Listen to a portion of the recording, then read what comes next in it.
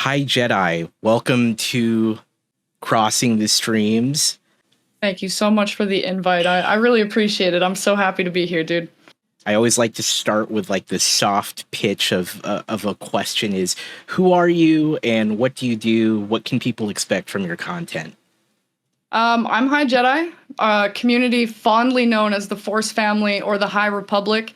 Mainly geared towards, we really love talking Star Wars gaming, Star Wars TV shows, getting trolled about Star Wars books, but most importantly, just playing games that make me happy, that make other people happy, or playing things that will make us laugh, enjoying that stuff together. So that's what you're going to get with the High Republic, with the Force Family, or even in our Discord, which can get chaotic sometimes, but I couldn't imagine my life any other way now. You do a couple different games. It's always just high energy and just a lot of fun over there. How long have you been on Twitch actually? Streaming about two and a bit years now. Been on Twitch for, sheesh, I feel like 2019 would be accurate. Was when I made a Twitch account, so before pandemic times, but started streaming around February 2021. Dude, COVID and stuff, that's all a blur, but I believe that's the right timeline, was around February. Started streaming from Xbox Series X and quickly upgraded to PC, just for more versatility, more customization, all that good stuff. What actually made you start streaming? So you started on an Xbox. Was it mostly like how did that whole thing come about? I think I'm gonna try to stream on Twitch. So, okay, I mean, there's a couple people in the chat, but I want to highlight one of them, Ambi J, who's here with us right now. When I first started toying with the idea, people like her and others from the community that we were in really encouraged it. And then also my wife, Mrs. HighJedi, aka Meg. So I decided to just throw up a stream on the Xbox Series X, I believe it was of just a werewolf game. I think it's a Werewolf Apocalypse Earthblood or Lifeblood, one of the two.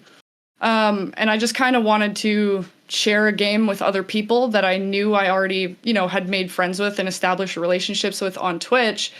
And then my wife had bought me 2 computer monitors for my birthday, sans computer. So I didn't have a computer at all. So people like Ambi J and our, OG crew were there for the Xbox stream, and we hit affiliate quite quickly. The first ever affiliate stream I did was of Battlefront 2, and I was quite quickly injected into like a high energy, positive, high velocity community that we've just been meeting incredible people since then. So I'm really blessed. I'm super lucky with a solid core, friends on Twitch. That's gotta feel awesome to get that initial prompting from your friends and everyone around you saying you should try it, you should do it, and then kind of taking that leap. Because it's always, I've seen a number of streamers who are like, people are telling me to do it, I guess I should try it, but should I even do it? And it's a huge deal, right? Like what were those first several streams like for you, trying to get that figured out? It was harder for me to figure out the logistics of like the behind the scenes stuff that was happening, because on Xbox, I don't know if you've ever had to stream from console or anything like that, but it's super limited. Like basically all you have to do is hit broadcast and it's out there. Like it doesn't explain anything about your stream management. So even your title, your game category. I was streaming that game without a game category for like 3 streams. And then I figured it out. My wife set up her Chromebook, and then we were kind of able to get more into the back end of stuff. And I mean like very basic back end stuff, like naming the stream, the game category, just very simple things like that. So yeah, it's super, super basic. But like I said, we had, those core people there, and absolutely just keeping it at that at least or above minimum for affiliate.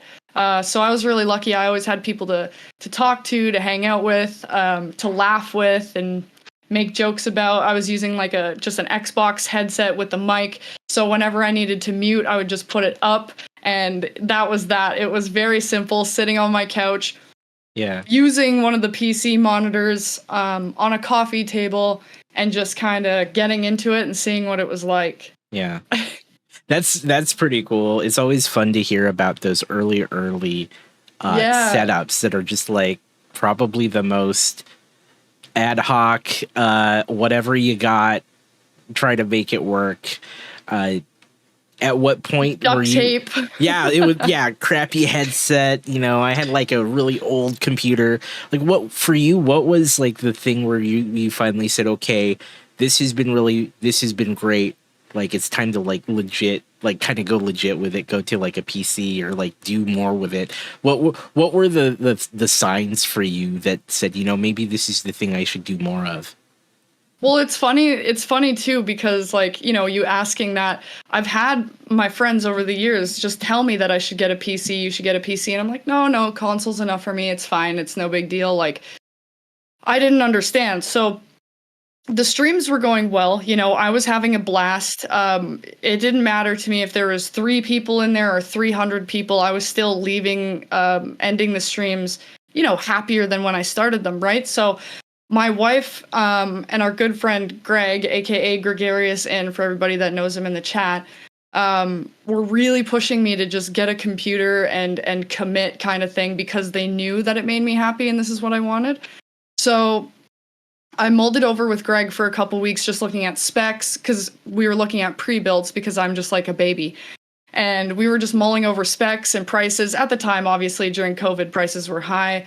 My wife didn't care. She said, you need to do this, you know, buy a PC. You're not going to regret it. And that's what kicked it off, is just, you know, her supporting me, and her and my friends in the beginning, you know, just supporting me and saying, you can do this. You got this. We will be there for you. And 2.5 years later, the same exact people are still showing up, and in greater numbers. Yeah. It's almost validating, right? That you've taken the time, you put some effort into creating a stream and getting set up and taking the step of like, oh, I guess I should like use the computer and kind of do a little bit more. How did it feel when you were realizing, wow, this is growing, it's still growing, and you know, maybe I should keep going with it? How's it feel like 2 years later? For me, like, I personally struggle with like a lot of chronic anxiety and things like that. So in the beginning, I remember talking to my wife and always just saying, like, why me? Like, why are people wanting to hang out with me? I don't really understand. You know, all these people just continue to support me and make me believe in who I am and what I can be.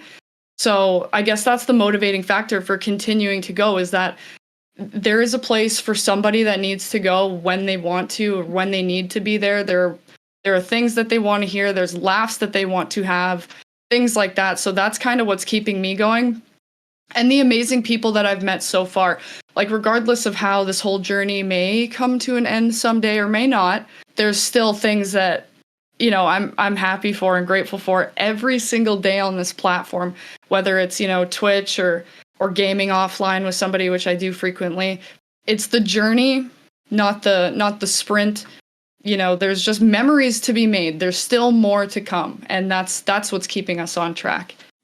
There's so many creators out there that I've found to just, they're in a hurry, right? They really want to get to that next level, whether they're just starting or they are, you know, an affiliate. They always want to get to like that next thing, and then realize that maybe they don't even realize that they've been in this rush, right? And they're not like enjoying the whole journey, like you said.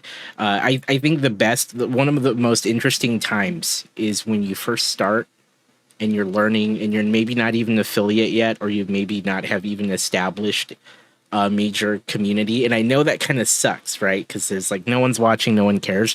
But honestly, and this is how I always like, I wish I could like grab all these new people up and tell them this is like, this is the time to just mess around, right? This is the time to do whatever you want, figure out what you want to do, try different things, because no one's going to care, because no one's really there to see. No one's really there to see. True, though. Yeah. For you, like when you were figuring out, what were some like lessons for you when you were starting? Things that you were like, oh, I get it now, or oh, I should really like do it this way or that way. Yeah, so it was like again, like a lot of the back end stuff. Like when I switched to PC, learning, I started on Streamlabs OBS, Mm. and then I had a stream that was like super laggy. So I had people come in and they were like, no, like try OBS, run it this way, etc. So then upgrading, like people give good advice. Like there are so many people, that have been moderating forever, streaming for a long time, established communities that you can genuinely learn so much from. So, you take bits and pieces and then you watch somebody's stream and you learn what sound alerts are. And then oh my God, I want to add that to my stream. And then there's things popping up on the screen. Oh my God, I want something like that. Yeah. So then you go in and you edit and you create things of your own. So even today, like I'm still seeing what other people are doing and I'm like, oh my God, that's such a cool idea. Like I wonder what I can build kind of off of that and see where I can go with that. I'm super lucky to be surrounded by such like-minded people that just want the same thing. So like you were saying, right, where there's no level of disappointment regardless of how stream goes today or on Tuesday or on Thursday. And we can still all get together and have the same positive energy regardless if there's 20 people or 200 people. I'm just lucky to be surrounded by like-minded creators and members of communities alike that, it's still evolving. And that's what's exciting about it to me, is that things will continue to change. There's going to be new programs that come out.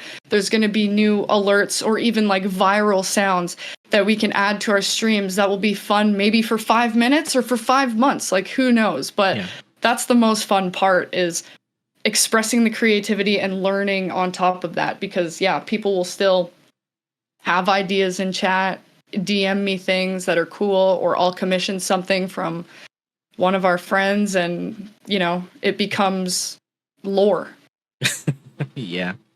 What kind of things, or I guess what do you look for in people that or other creators?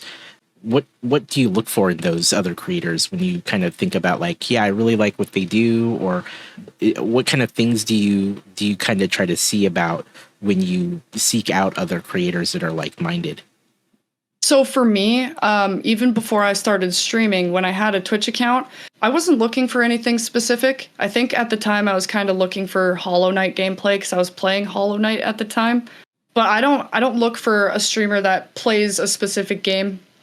I don't look for a streamer that acts a certain way. I look for people that genuinely care the way that I do about people. Because behind each username is a living, breathing, working individual. So for me, when I'm looking for these like-minded people and know that I can get along with somebody, it's just someone that, nothing really phases them. We can warm up to each other pretty quickly, and we've all kind of got that baseline love for Star Wars. So there's always something to talk about, which is why I love being involved in Star Wars communities, because even today, we get who's your favorite this, or what's your favorite that, or which trilogy is your favorite. Like, it's just an easy baseline way into a conversation to find out more about people, that there's so much more behind that. And it's a lot of fun, like segueing into a relationship and conversation with Star Wars, and then it just opens up into who they are, their values, things like that. It's good. We've got it pretty good in the High Republic, for sure. Let's talk about Star Wars. Let's do it. Give me your Star Wars origin story. So my family has always been like very Star Wars people. My grandfather had the OT on VHS. My father was always super, super invested in it. I think the first Star Wars film that I saw in theater was Revenge of the Sith, because my dad was always like away when the other ones came out. He was in the military for a long time. But yeah, it was mainly the men in my family. So my father and my grandfather, very, very heavily invested in Star Wars, grew up knowing exactly who Darth Vader was. And then as I got older, you know, as all the movies are coming out, the original trilogy is still my favorite, and I've always been a Leia stan, so it was really easy, you know, to be involved with my family. Like even now, my parents are still, you know, very invested in Star Wars, very much like watching the shows, talking about the shows, avoiding spoilers for the shows, things like that. So it's a lot of fun. Like even if it was just me going to Star Wars Celebration, being able to come home and share that with my family or share updates while I was there, and they're genuinely happy because they have such a deep love for Star Wars too. So it's deeply ingrained in my family for sure. So it's like as far back as you remember, probably. Absolutely, yeah. Like I was like at birth, it was like imprinted on us pretty much. Like we love Star Wars in this house, no question about it. That's incredible. That's just been continuous ever since childhood. Yeah, wow, 100%. Like even we would go to like thrift stores at Halloween, and we wouldn't buy the new Star Wars costumes, but my mom would help me sift through all the racks because people were donating like the older Jedi cloaks and stuff. So we were buying those, and then at thrift stores, the loose bags of figures, like we would just buy figures. My dad's super into collecting, so that's probably why I have an insane addiction now. But you know, super into collecting, and yeah, just like Kenner, Hasbro, all that kind of stuff was like super important to him. So it taught me how to find it in the stores, and hang on to it, you know? That's incredible. Yeah. So do you have like a healthy collection of Star Wars just things? Yeah, I mean, my wife would debate it, whether it's healthy or not, probably, but I've got like a whole unseen thing that you guys don't get to see on stream, unfortunately, but a whole built up that I kind of update a photo of like every now and again on my Discord, and then there's another closet full of like tote bins of other stuff that I just do not have room to display. And the community is so amazing that they've been, you know, also sending things off of wish lists and stuff just to add to the collection. So it's just it literally grows daily, dude. That's incredible. Like yesterday I got a Bo-Katan helmet. Like it grows daily. Of all the I'm gonna need to put some of it in the yard. Oh my god. Of all the things that you have, is there one that's like particularly special to you, of like your Star Wars collection? So this figure is important to me because my dad like fought for me to be able to buy it because it was loose at a thrift store and they refused to sell it because it wasn't in a bag. So it's a Hutt Slayer Leia. So she's very, very important to me. I found her on the floor at like a Value Village. So she's super important to me. Most of my figures are like in cards and things like that in their box, but she was loose, so she's one of my earliest loves. I'm a Leia stan, so this is all Leia stuff, okay, guys? I'm here for it. So this is my first NeoPixel. It's Leia's lightsaber. Yeah. And again, just like this one, as you can see, I've got a lot of lightsabers, but this one's, you know, obviously more of an expensive price point lightsaber, more of a serious collector's item. So my wife, you know, again, propelled me forward and said, you know, just buy it, just do it. You know, your community loves you. They're going to be supportive of the purchase, things like that. So grabbed this bad boy. And then last thing is a playbill with Carrie Fisher's signature on it. I got this from one of my good friends and mods, Ahsoka Tano, who was in the chat earlier. She flew to Canada and gave this to me on my birthday. It says, "Happy birthday, Carrie Fisher," because I was able to meet Carrie before she passed, but I did not get her signature. So Ahsoka gifting me this is probably, you know, one of the most special birthday gifts I've ever received. So that's incredible. Those are my 3 show and tell items, you guys. I love it. That's amazing. Yeah. Those are amazing. That's cool. I mean, gosh, all 3 of those. And I love that you have like this story, you know, for each of them. And that's just for a Hutt Slayer figure, you know? That is incredible. With your love for Star Wars, I mean, clearly your name even shows it on Twitch. How does Star Wars affect your streaming? How does it influence what you do? how you talk about Star Wars in general. Like, how does what role does it play in your role as a streamer? Again, like going back to what I said before, it's an easy way to bring in and have a full conversation with somebody. Even whether I'm playing, like a lot of the Diablo streams, somebody follows, I'm like, hey, my name, right? It's pretty obvious, HighJedi. So I'll ask them, hey, do you like Star Wars? After I ask them what their build is, of course, on Diablo. I'm like, do you like Star Wars? If you do, what's your favorite character? And that's how I welcome a lot of people into the community, just to kind of get them talking, because other community members, will add on to that, and they'll be ingrained in the entire community. It's so special, I think, with fandoms, things like Star Wars, Marvel, etc. But I'm not, as deep into the Marvel fandom as Star Wars, of course. But yeah, it's one of those things that's very special, and I think quite unique to Star Wars, which I even felt at Celebration. So, bringing Star Wars into streaming for me was a no-brainer. I made the HighJedi account again before I started streaming, and it just has inspired me numerous times. Every single thing every artwork I commission, every emote I commission, or every single thing that I add to my stream, typically Star Wars related. And it's always easy to definitely have a conversation about Star Wars, whether you're playing a Star Wars game or not.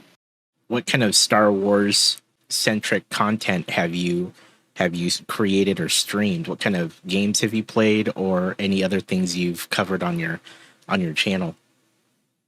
So early on in the beginning, like I said, my very first affiliate stream was a Battlefront 2 stream, which kind of kicked off a lot of heavy Battlefront 2 playing.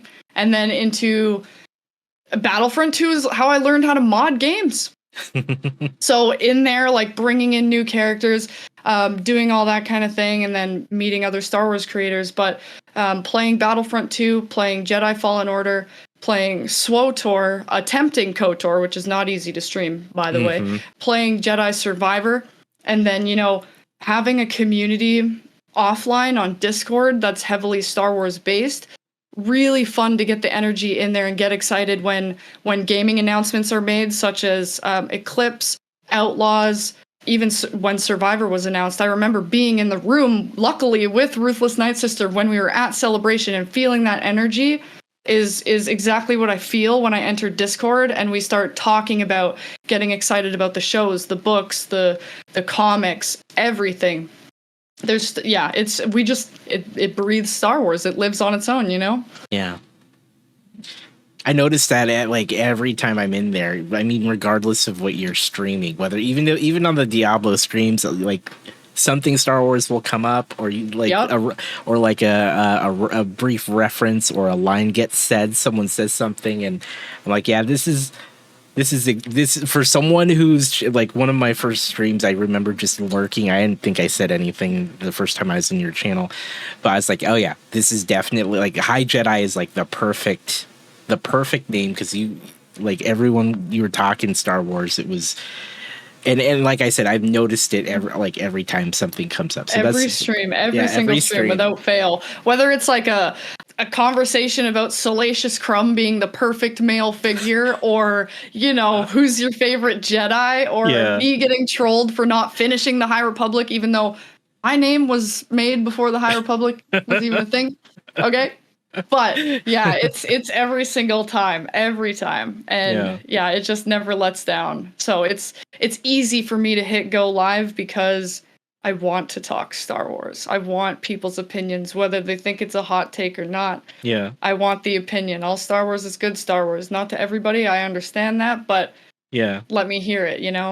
I love it. What is your Star Wars hot take? Like, what is the hill that you'll die on? What's your Star Wars hot take? Listen, Ahmed Best is a great guy, but I'm not a Jar Jar person. I can't deal with the Clone Wars episodes with Jar Jar in them. Not a fan of him. Yeah. And that's probably it though. Like, you know what I mean? Like, which is a pretty basic take, but I'm not one of those people that think that Rey's not a Skywalker, because I'm of the firm belief that found family can be sometimes way more important than blood. depending on your situation. So found family, you know, is established and recognized in my head. It's canon. So like, you know what I mean? Yeah. There's been a lot of situations for a lot of people we don't know, but their friends are their family, and that's the hill that I'll die on, is that Rey is a Skywalker. I'll take it. I agree with you on that. So that's awesome. I felt like that was, I mean, if we're talking Star Wars, it felt like the appropriate question, right? Because that's 100%. That's like 100%. Are there any moments that you look back on that have been incredibly memorable? Yeah, I would say that there's quite a few, but to highlight some, like every single time that we do a charity stream in the High Republic, you know, it doesn't really matter what cause it's for.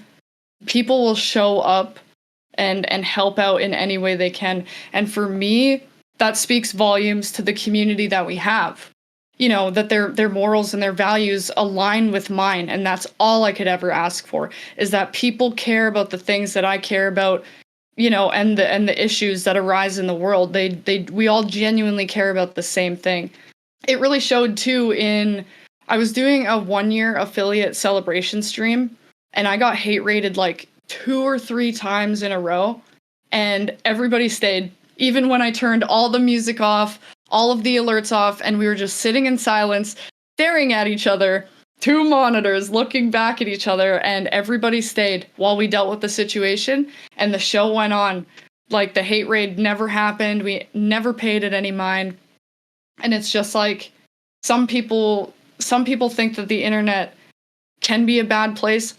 People like maybe our parents, right, are more like thinking that the internet, we were taught that it was dangerous, but you know, it's a good place to be.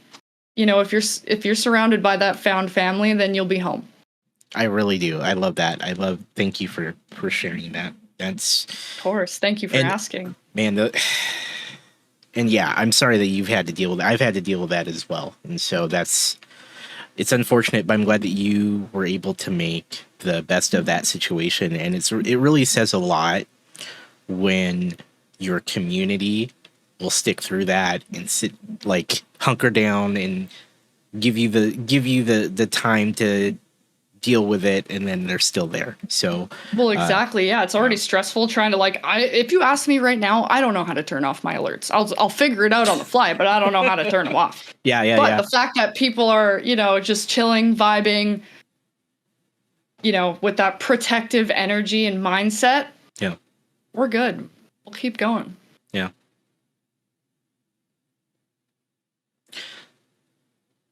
What do you love most about your community? They're hilarious. They're way funnier than I am. Like they're so much funnier than I am. Like I'm just the one that hits go live, but the things that they say in chat, the things that they inspire in chat, and yeah, it's just it gives me something to look forward to. Like, obviously there's real life things that we can wake up and get excited about, like maybe a vacation or a party that you're looking forward to. But there's not a day that I've woken up and missed typing an extremely couple paragraph long good morning message to my community. I look forward to doing that every day. If it's a work day, it happens at like 9. If it's a weekend, it happens whenever I get out of hibernation.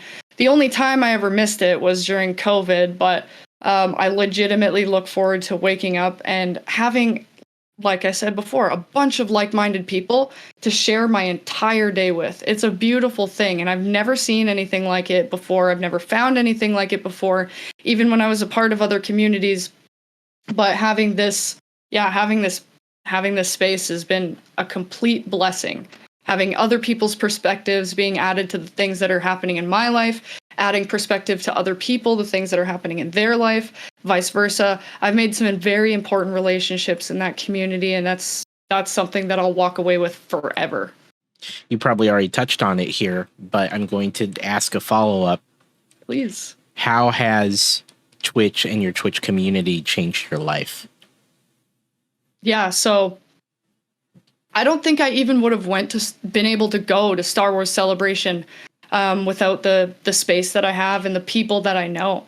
And luckily, while I was there, I was able to meet Ruthless Night Sister, Panfred Nudo, Amish Ace, Zach M. Rutledge, so many other amazing people that I wouldn't have even known were walking the same earth as me. That's the thing is, yeah, like, again, just like-minded people, lucky to have them in my life.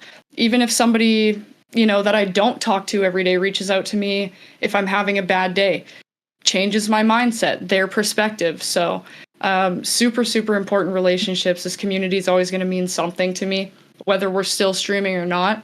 I don't see that changing at all in the near future, of course, but I wouldn't have taken leaps like I have without them. Raising money for charities, going to Star Wars Celebration, or having people that I know from online come to my house and stay with me for a couple of days. Like, there's nothing on this earth like it. You go to school with people, you go to work with people, but you're put in that situation based on circumstance, like whether it's work or school or a social club that you're a part of. But Twitch can be anyone from anywhere for anything. So yeah, it's just like these relationships are purposeful. They are, they're not there just for, I don't know, being in a Discord server. They have meaning behind them. And I wouldn't, genuinely, I wouldn't have accomplished the things that I've done without them. I wouldn't have commissioned any kind of artwork for myself. I wouldn't have that kind of Star Wars identity for myself without them. Definitely meaningful. It's really cool that you're able to meet all of these wonderful people. You said some names that I actually know. Same deal in terms of like people that are very important, like, to me. So that's really awesome. Yeah, we have kind of that mutual circle, I think, of people that we have so much in common. Exactly. Yeah. It's true. And actually, I was thinking about that when we were getting ready last week, when I was getting ready to have you on that Saturday. I was like, wow, we know a lot of the same people.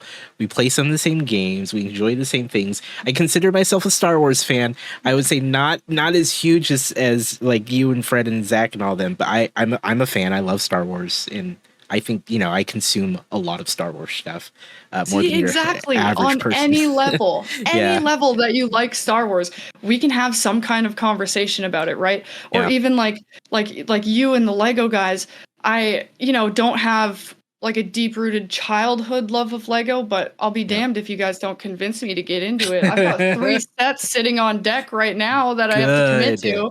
Yeah. So, I mean, Panfred Nudo obviously probably being the number one enabler, probably for most of us, but, so I was excited when you started streaming Diablo. I ran. My shoes fell right off. I was excited, man. I'm so glad you said it. I love it. I love your Diablo streams too. I've been having fun hanging out in there and us talking about it. And you were there when I lost my first hardcore character. Oh my! You lost like 2 in a row. That night was it was a cursed night. It was for sure cursed. Yeah. It was Rest in peace, Roarmore. Yeah, I know it. It made for a good stream though. But yeah, it was a horrible time for me, but I think chat was enjoying it very much. Oh, it was a good time. It was a good time. Like, sorry for your loss, but it was incredible to be there for that, honestly. Yeah, you were screaming in chat. I think you could believe it happened. You could believe it happened. Oh my god. Well, into because I've been reading, on Reddit, like things like this are happening to other people, and then to see it live with your own eyes is next level. To somebody that you like know and care about, you're like, oh my god, I'm sorry this happened to you, but like yeah, for those that don't know, I was playing a hardcore character in Diablo, and the way that works, if you're not familiar, is if you die, you lose the character. It's just done. It's gone forever. And it's gone forever. Yeah, and you just can't play it anymore. And I was playing with a character that I just it was my first hardcore character in Diablo 4, and I'd probably put a good 6 to 8 hours into it. So nothing incredible, because people could spend way more, but it was a chunk of time. And I was just playing, and then my my gaming computer just died. It just rebooted on its own. And I was in more so I was in shock for like the next 10 minutes than anything, because I just didn't know how to react, and I couldn't believe it. And like, you saw the game just kind of, it just went like, you know, when a game or a screen just goes black, it went black. And then Dude, when you opened the stream to Hall of Heroes, I was done. I was done. I was well done. Yeah. So yeah, HighJedi was there for that moment because she was in chat screaming, going, "No, I can't believe this. This isn't happening. Oh my god!" And I was like, "Yeah, that's travesty. That's cool." So we have some shared moments and memories there. Shared trauma from Diablo. Reflecting on your time as a streamer, would there be anything you would have done differently? No, not at all. Yeah. There's not a single thing that I think that I would have done differently. You know, there's people that you meet and then they go away forever, but you know, they made an impact on me in some way, shape, or form. Yeah. There's nothing different I would do. Not even if I had a PC to start. I wouldn't have even known what to do with it. So I'm glad that I've had the journey that I have had so far. And I've become a lot closer to the most important people that are currently in my life, mind you. Because I don't really hang out with a lot of people IRL at all, ever. Yeah, these relationships have changed and shaped what I want my life to be like right now. So there's not a single moment that I would change. What would you say was the biggest lesson you've learned from streaming?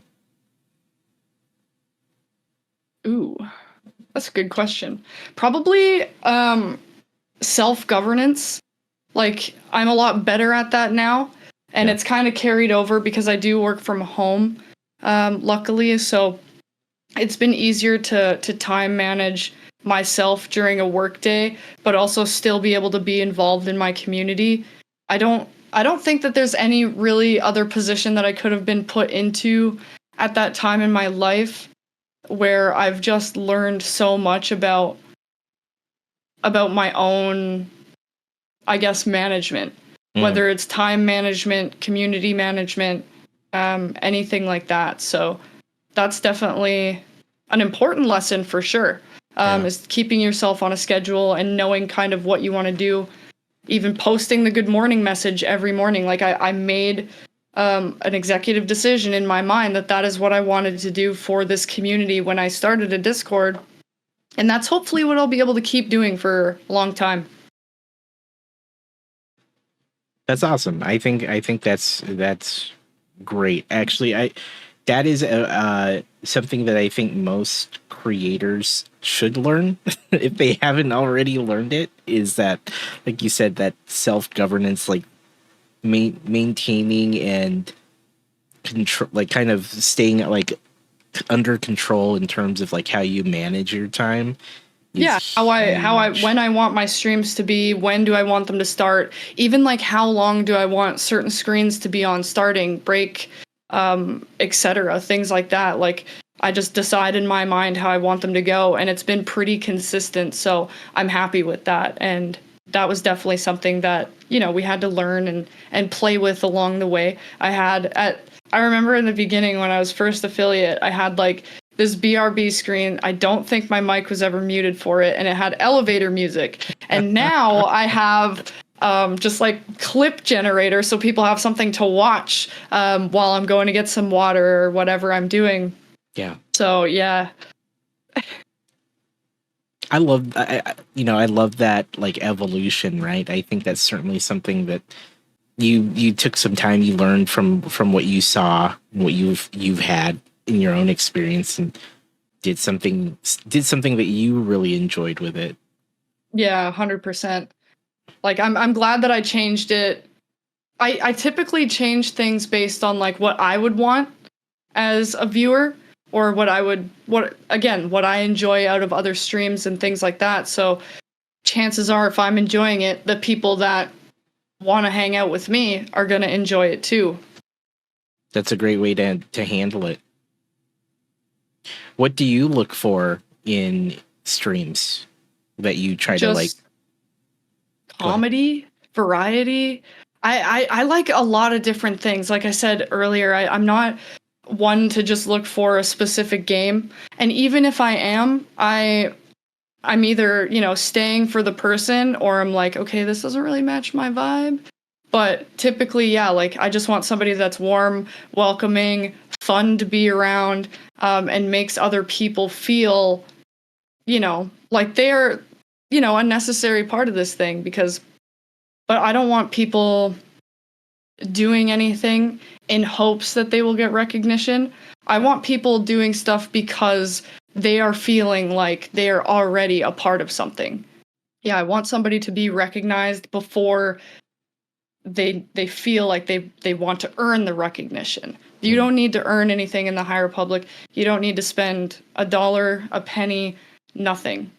Time is the most valuable currency, so the fact that people spend any on me is, more than I could ever ask for.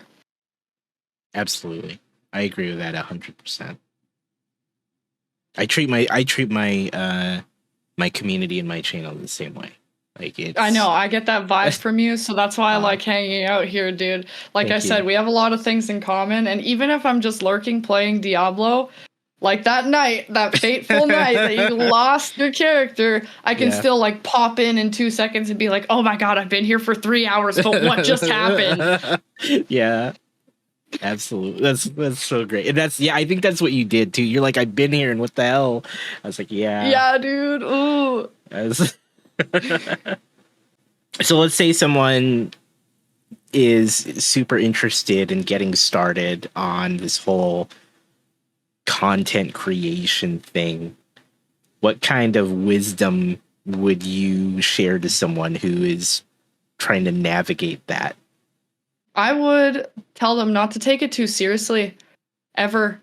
Like, if you're expecting something specific out of this, try to put that to the back of your head. I tell people all the time, like, I'm going to be playing this game anyways. Why not just have other people to enjoy it with me? I never started, and still to this day, I don't have an end goal. I don't have a number size that I want this to be by 2024. I don't have an average that I want it to be by my next birthday. I don't have anything like that. And I just want people to go in with an open mind, being able to meet, again, people from anywhere for any reason, talking about anything.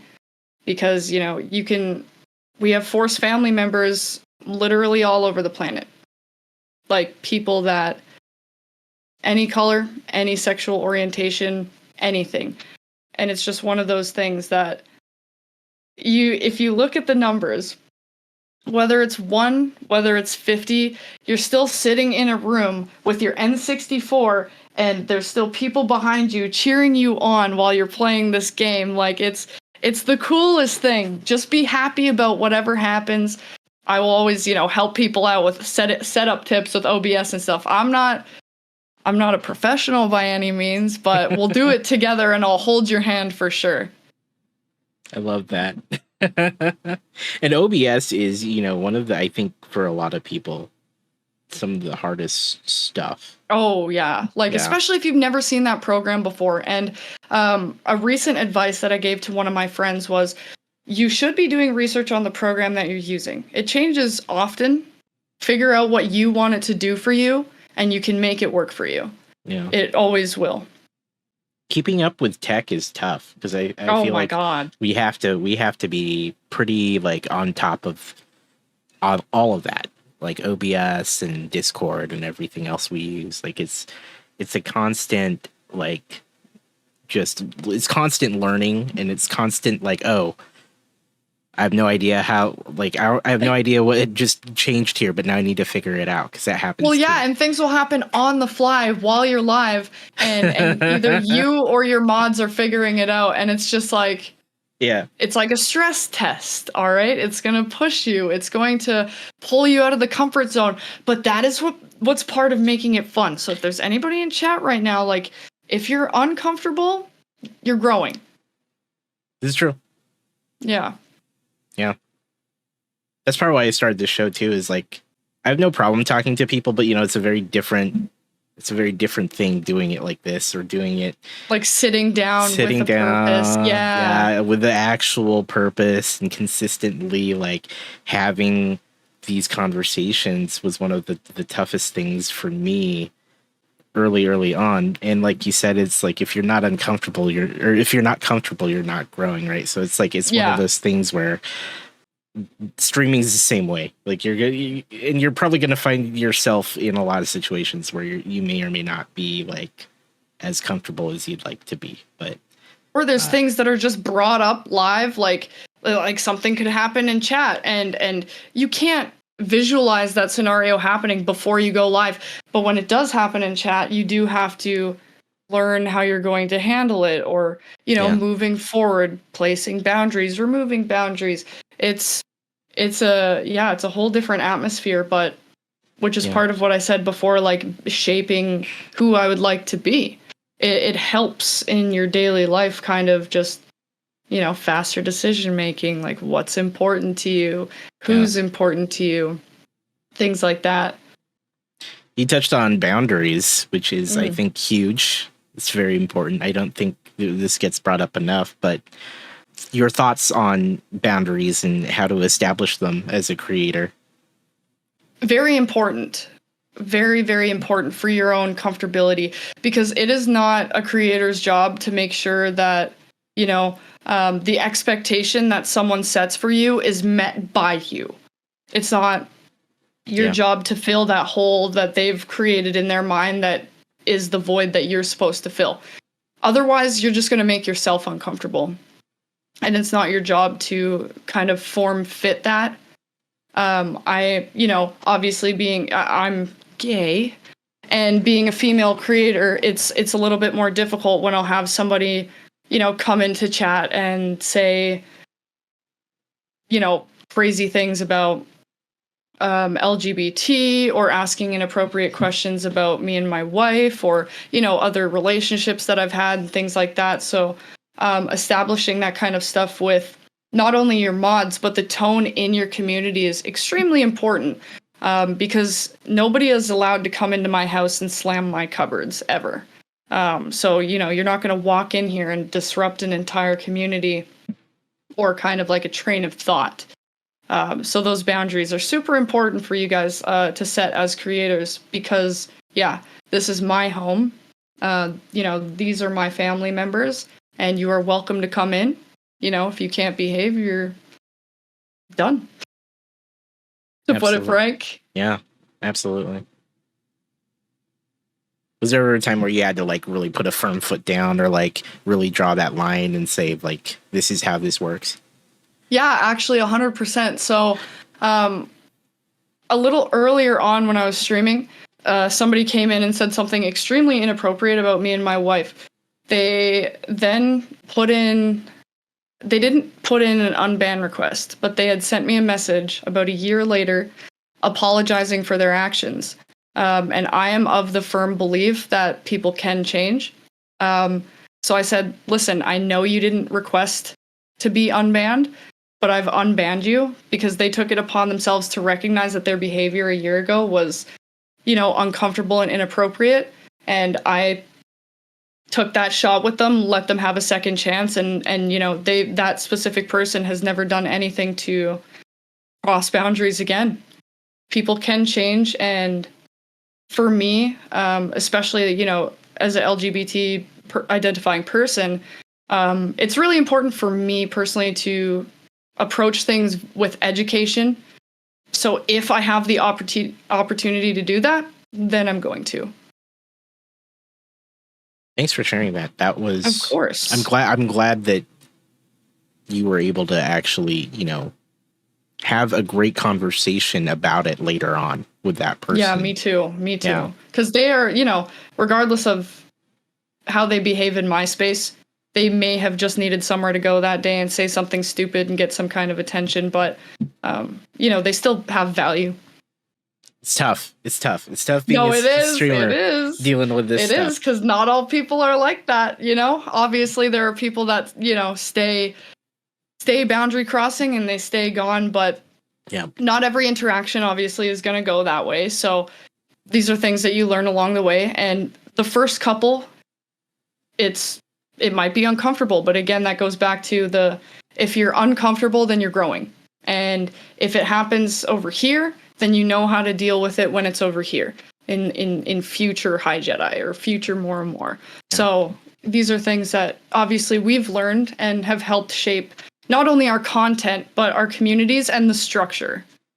It's always important to not allow that behavior, like to not even let it go on even a little bit. Like it's important to straight, like, call it out, say this is not the way to be here, because otherwise they kind of get that signal that it might be all right. Yeah, like exactly. You don't want to foster any kind of like negativity or targeting any kind of individual. You don't ever want to foster that, because if you foster, then you're going to reap what you sow. Like it's important to make sure that you are comfortable and the people that you are surrounded by respect what you want and what you've created. And it's just important for the future of a community, I think, because it's what people are going to see and receive when they meet you and they meet the people that you care about and the people that you're closest to in a community. So important. As well said. In regards to the future of your channel or where you're headed, I know you said earlier you don't have specific goals, but what are your hopes for your community and your channel going forward? Like you just mentioned, and I mentioned before, don't have any goals for numbers, but really, really just want to, again, continue to meet people and connect with them and talk about our favorite stuff and get excited about our favorite things. Like, I didn't have that luxury when I was growing up. I didn't have people to get excited about Skyrim with and things like that. So I'm excited to get into Starfield, Assassin's Creed, Avatar, Star Wars Outlaws, and then just have people that are mirroring that. Even people in our community that have never tried a Diablo game before are trying it now, and we get to share that love back and forth. So that, for me, is going forward what I'm most excited about. I'm anticipating, building more relationships and getting excited about the same things and having somewhere to just scream into the void, but the void screams back at me, and I'm so lucky for that. So being able to talk about Outlaws or even Ahsoka coming out in August, having watch parties for things, like, it's just, if I can bring in, in 6 months, if there's one more person that joins in on a Star Wars conversation in Discord, because they might be like me, where they're growing up and they do not have anybody else to talk Star Wars with, then that's what I'm looking forward to. Well, I can't wait. I think that's I'm awesome. excited. I can't wait to see all the other things that you get into. I'm excited about Starfield as well. Star Wars Outlaws. Actually just joined the Ubisoft Career Program, so I'll be able to. Nice, congrats for that. I saw your tweet. Yeah, thank you. That's awesome. I'm excited. So we'll be both playing that when it drops. So I'm sure we'll get to talk about the craziness that will be that game. I can't wait. I cannot wait. Was there anything that you came ready to talk about that we didn't get to talk about yet? Not me specifically. I was just looking forward to having the conversation because, again, you have like 60 to 61 of these under your belt. So I knew you'd have some great questions. I already know that you're an extremely helpful, accommodating, and welcoming person. So I was just looking forward to the atmosphere of this conversation. So I do appreciate you asking me and helping me move this to this Saturday so we could get the PC sorted out. But yeah, nothing specifically that I was, hoping to happen. This is already awesome. Yeah, I really do appreciate having you on here. I'm glad that we got to talk about this, about everything. I haven't asked this question in a while on the show, but I think this would be a fun one to ask you. There's a long list and I'll tell you, a lot of our mutual friends have been on this show. But if there's anyone that you'd like to see on a Crossing the Streams, who would you like to see to learn more about on this show? Fantastic question. Dang. As soon as you said that question, I think two creators came to my mind. One of them, even though this person is who I would consider one of my best friends, Ruthless Night Sister for sure, because I know that we have kind of a similar origin. And then the second person for me would be Panfred Nudo. I, have been in his community for some time.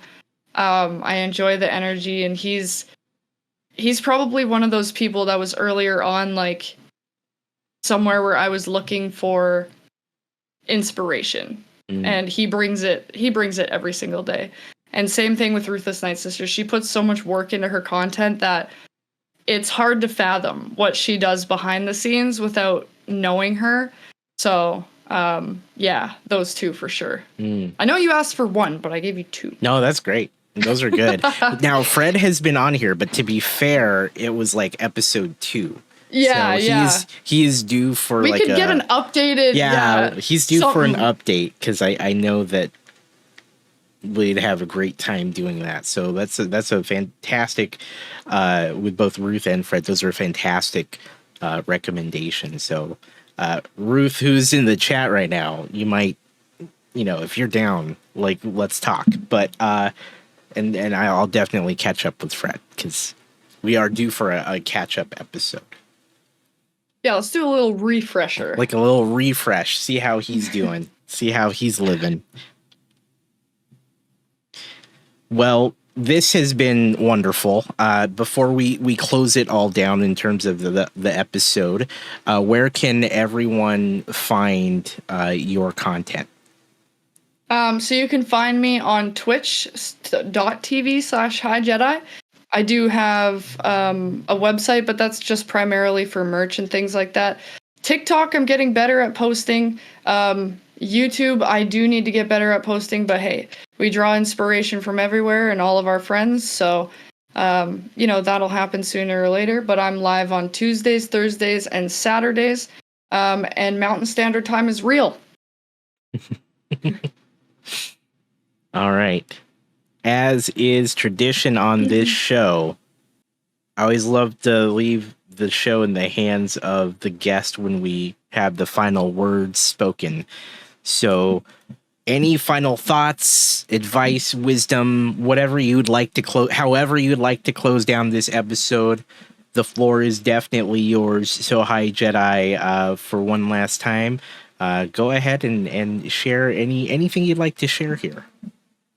I just want to say wherever this journey ends up, whatever ends up happening, whether I'm live in 5 years or whether I'm not, I've made some connections that have genuinely changed my life and the course of the trajectory of where it's going. So, whether that ends up in partner or not, I've met some fantastic people that will be in my life forever. And I cannot thank my community enough for being there for me every single day, no matter what. Consistently just amazing, amazing individuals. I can't give them enough props. And sometimes people say that I do it too much, but I wouldn't have it any other way. I need them to know that everybody in this chat too, you guys are loved, you are enough, you do enough every single day. And I'm just looking forward to sharing more video games and more chunks of my life with you as long as you'll have me. And thank you very much to More and More for giving me the floor and having me on Crossing the Streams. I've had an absolute blast today. You are an amazing content creator and you've got a beautiful way with words.